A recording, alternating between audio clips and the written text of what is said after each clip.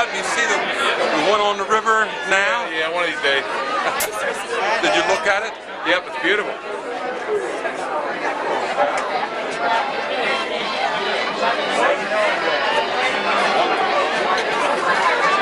Hello there. 1 and 8 Knights Beach.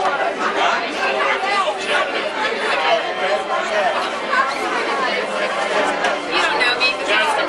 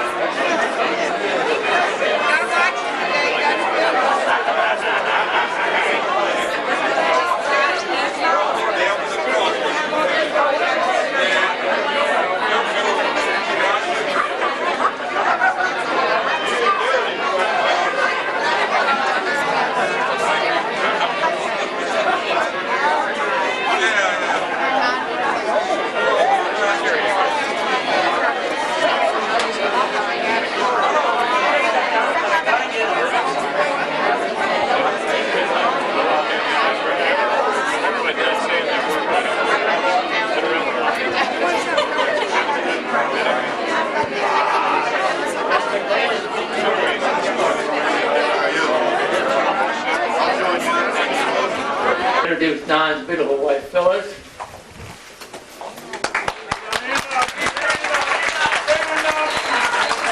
His wife, Marion.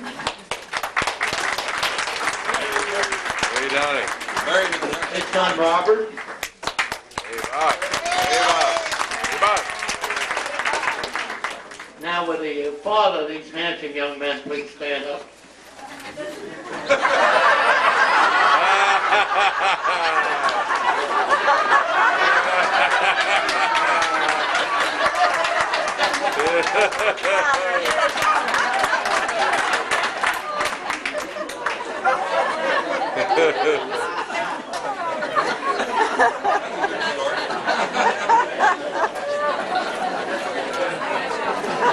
All right. Yeah, he put me up to that, Don. Don's grandfather was an engineman on the Pennsylvania Railroad and retired. Did you know that, Bruce? Don Pop Broden. And Borman worked for a cannery at New Freedom, and Grandpa wanted to work on the railroad. And Don didn't want to leave that nice job he had in the cannery at New Freedom, but I think Pop persisted, and Donnie finally hired as a block operator on July 3rd, I hope it's the right date, 1949, starting at B&P Junction. It's a rough tower. Now here are some of the many accomplishments Don has had since working on the Pennsylvania Railroad, Penn Central, Conrail, and Amtrak.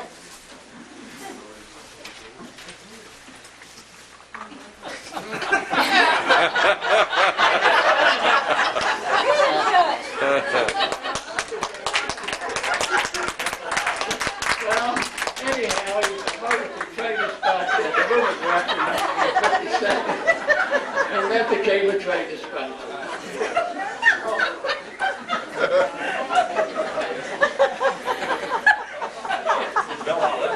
Don was always prompt in arriving for work. Never early,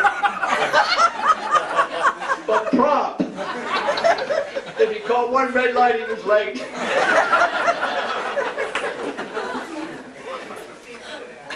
wonder who fed you that.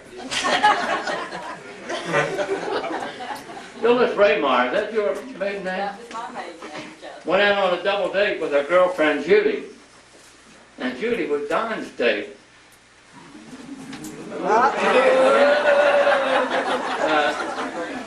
I think this is while he was on the Navy and on furlough.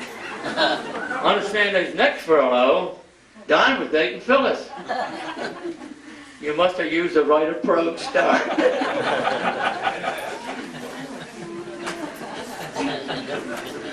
They were married on September 9th, 1950. And they had a big supper at his grandfather's house. Shredded wheat for supper.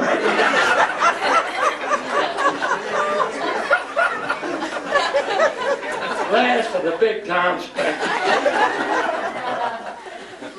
He really wanted to start Con off right by, fill us off right by economizing. He's planning to go back again in the spring. Thelma, we'd like you to have this memento of today's occasion.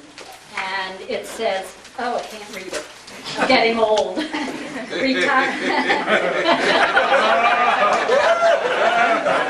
Retirement dinner, Don Borneman, October 20th. Today's date, October 29th, 1988. Just a little memento.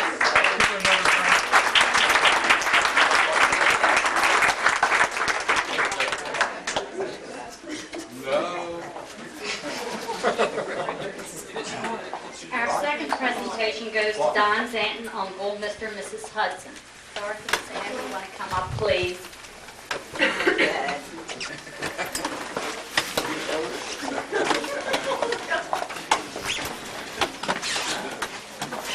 If there's nothing in that bag for me, is there, Mr. Rotary? Dorothy and Sam are also world travelers, having taken many enjoyable cruises. Dorothy, we women don't like to tell our ages, but Sam, you're out of luck. Sam's 81, he still drives, and he still holds down a job.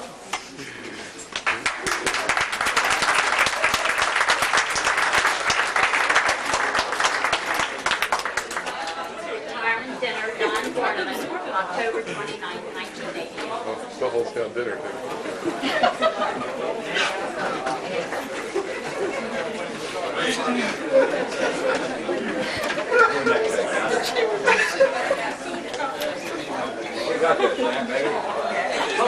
Yeah. Did you know that?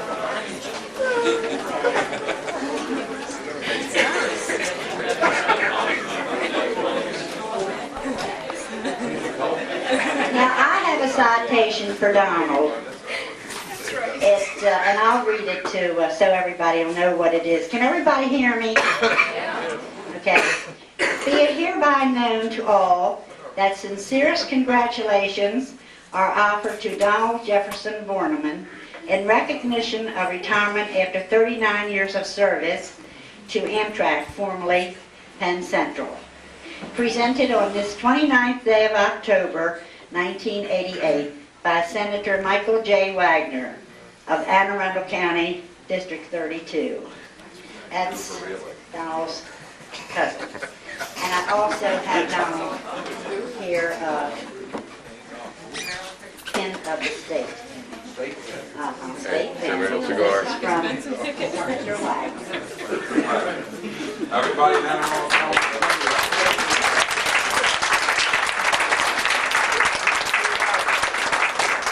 He's also going to get one from Governor Schaefer, but it didn't arrive in time, so he'll get that later. That one from Attic is late too. Thank you, Aunt Dorothy. Okay.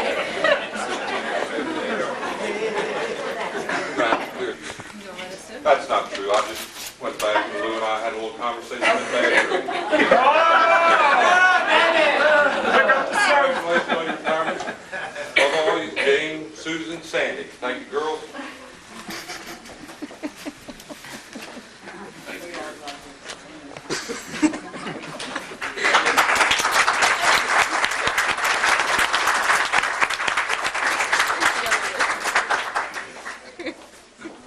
Thank you, Jane and Susan and Sandy. He probably has a better approach than Quinny gives me for. What do you think of that? Back, I was working at Bowie.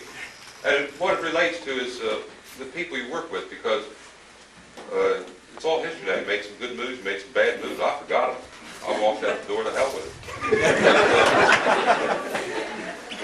I started thinking back at the beginning, and I could get a flashback, and I was working at Bowie one afternoon, and for those people that aren't railroaders, the train wire's open, you hear it all, and if you want to talk, you put your foot on the pedal. And you know a lot of people by voice, but not by sight. You never met them, but you know their voice. And this afternoon I invited a young lady to spend a couple hours in the tower with me. And at that time, loafers were in for some reason. And somehow I kicked my loafers off, and this young lady and I are talking, and they're going all over the train wire. And I didn't know it. The train went by, I had to report it. I went in to report the train, and only the old timers remember Edgar Beale was the dispatcher. He's raising hell. Who's got a woman in the tower? And that's the first I knew of it. And I listened, and I saw my shoes down there on the foot pedal. And I'm listening. Of course, I'm not going to say anything. And with that, somebody says, "That's that crazy damn Borneman down there." That person was Bill Bell.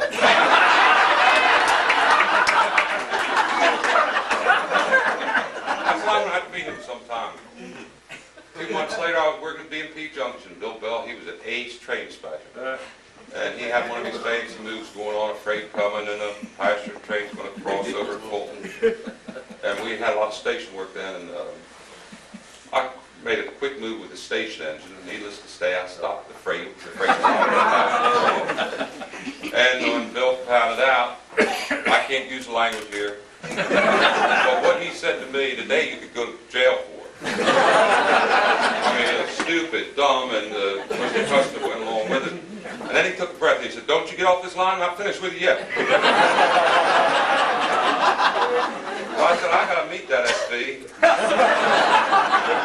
The next day I went to work early, went to the office, and he saw me, and I introduced myself, and he started all over again. I can't remember any running trains, but that's something.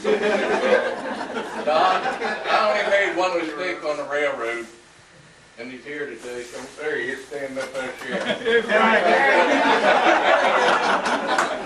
My friend and your friend.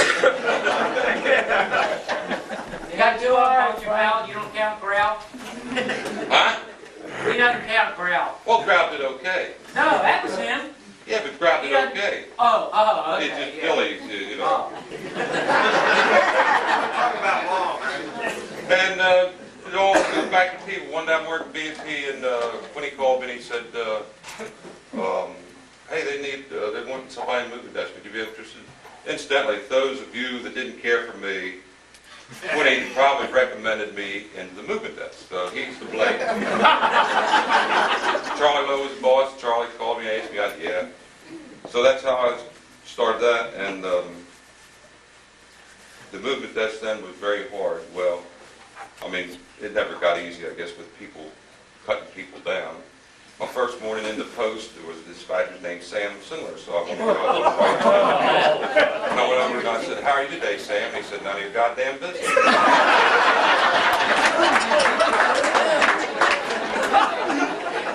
So I didn't run any trains, but boy, and then I got initiated into sitting in water. You get out of your desk, somebody puts water in your chair, and William and Mr. Martak were top in the field. I missed Mr. Bell day work, it didn't work too much. I understand he was pretty good. And one afternoon I was working, and well, Jim Raby, he's a nice guy. Everybody likes Jim.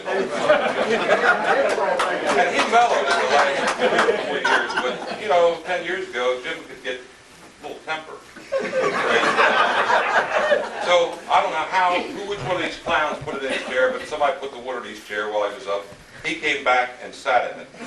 He come up out of that chair and headed for the door, "Mock me off!"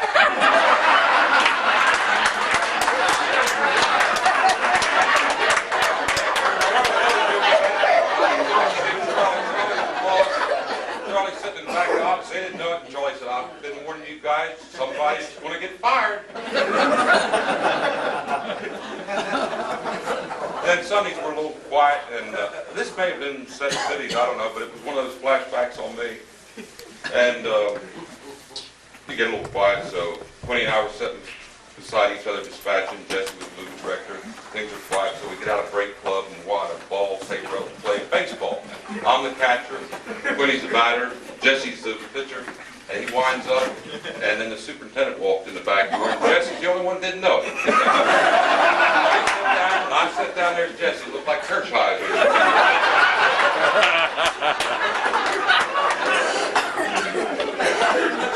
Then you had to live with the silver bullet, you know. I was assistant moving director, and I just hung the paper and a typewriter. I wasn't the fastest typer anyhow, and I was smoking a pipe at the time. And Quinny and Harry Phillips, they would aim at my pipe. They'd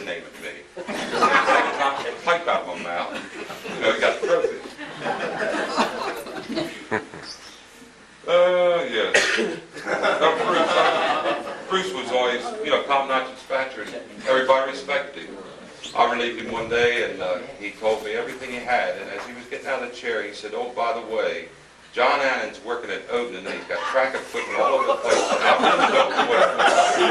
And that's the first time and only time I ever heard Bruce say he didn't know. And Pollock's jokes were in. See, I can't remember a train, really. And we had a Pollock, his name was Cliff Crosky, and everybody loved him. But Jesse, I mean, you people don't know what agitator this man was when he was young. He was a kind of show. Anyhow, every Pollock joke that came along, Jesse had to tell Cliff, and he knew that he was going to have to run. And if, I can still remember the joke he said, which you could go to jail for today. But Jesse had planned his escape route. He told the joke, and Crosky was going to kill him. Jesse went out the office, through the power director's office, out on the roof of the station, up the roof of the station, in the men's room, someplace all the way there. And figured he shook Crosky. Crosky came in a door behind him. Now, Cliff was a big man. He's 240-pound, big man, and he smoked cigars.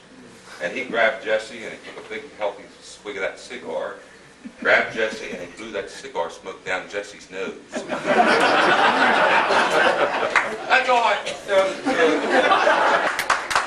they kept me young. I tried to compete with them with a horseplay mainly. And if you're going to play, you've got to pay, and they made me pay a few times. And I thank you all for coming again.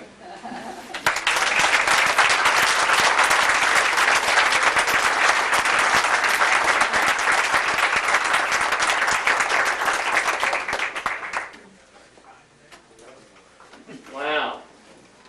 He was pretty good, wasn't he? He told me some jokes I never heard of. I can't tell you some of them. Wow. Your fees went up. Bob Lent, when he jacked my car up and took the wheels off my car, the 4 wheels off the car, and wheeled them in the office. I said, no. He said, yes. So that's some of the things we pull on each other. Don talked about firecrackers. We used to get them big firecrackers and run past the police office and throw them in the police office. Didn't we, Don? So one night,